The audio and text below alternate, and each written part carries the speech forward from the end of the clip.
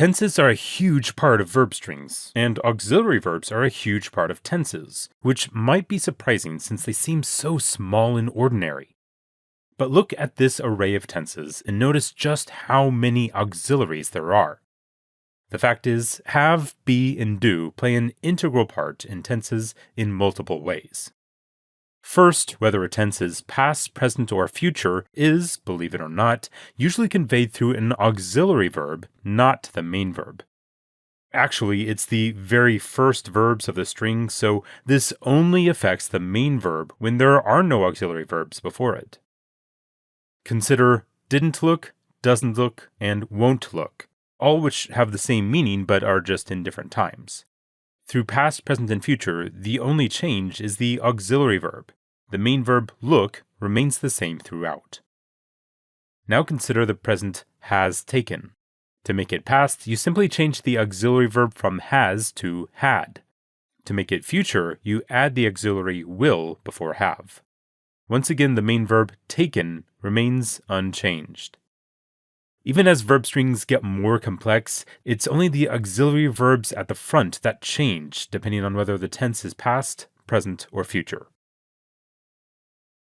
Second, a tense can be perfect, continuous, both, or neither.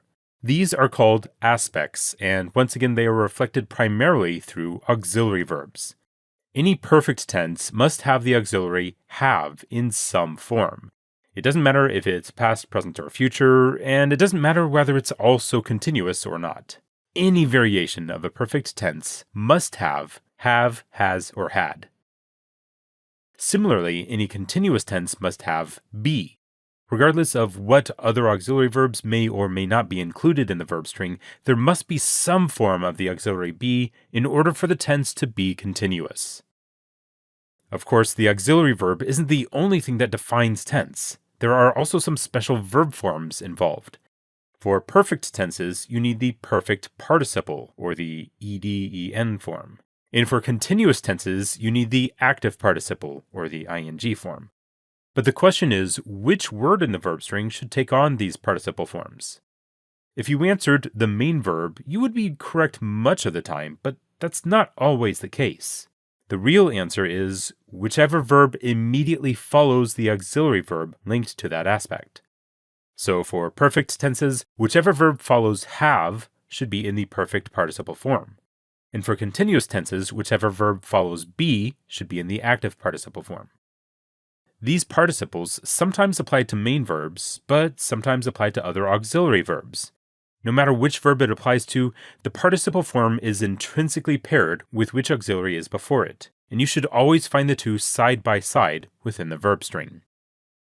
By the way, if a verb is neither perfect nor continuous, and if it has no modal auxiliaries, then we might use do as the only auxiliary verb. This may apply to the present or past simple tense. Sometimes we need an auxiliary verb for structural reasons, like forming questions or negatives, and that's really all do is for. The main verb following do, does, or did should always be in the base form. To recap, each tense has two facets.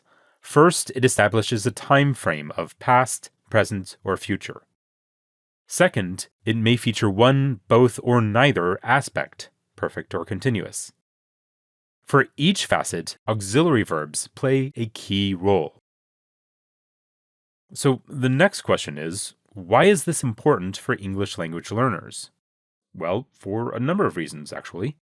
One, it helps us to see a connection among families of tenses. It might seem like there are several different tenses, but it's more like a few variations on just a few themes. Auxiliary verbs are a part of what groups a tense with its sister tenses. And auxiliary forms are the elements that change between tenses of the same family. 2. By focusing on auxiliaries at an early level, students might find new tenses less daunting to learn, and find it easier to switch from, say, present to past. 3. Auxiliaries are the elements of a verb string most likely to change when backshifting a verb. Backshifting is a process used both for reported speech and for many applications of the unreal mood. Manipulating the tenses within reported speech, conditionals, and more is so much easier once you understand how auxiliaries play a key role in tenses. And 4, as verb constructions get more complex, a verb string will take on more auxiliary verbs, especially once we throw in modals and passive voice into the mix. Remembering which auxiliary verb should take which verb form might be tricky for some learners, but it helps to remember that the verb's form is dictated by the auxiliary that comes before it.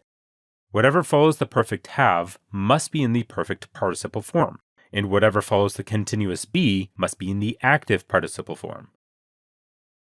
As critical as tenses are for expressing ourselves and understanding others, so much of their weight is placed on the short, common words we call auxiliaries. As we've seen in this video, once we grasp the roles that auxiliary verbs play in tenses, we can form a lot of effective grammar elements, from the simple to the complex.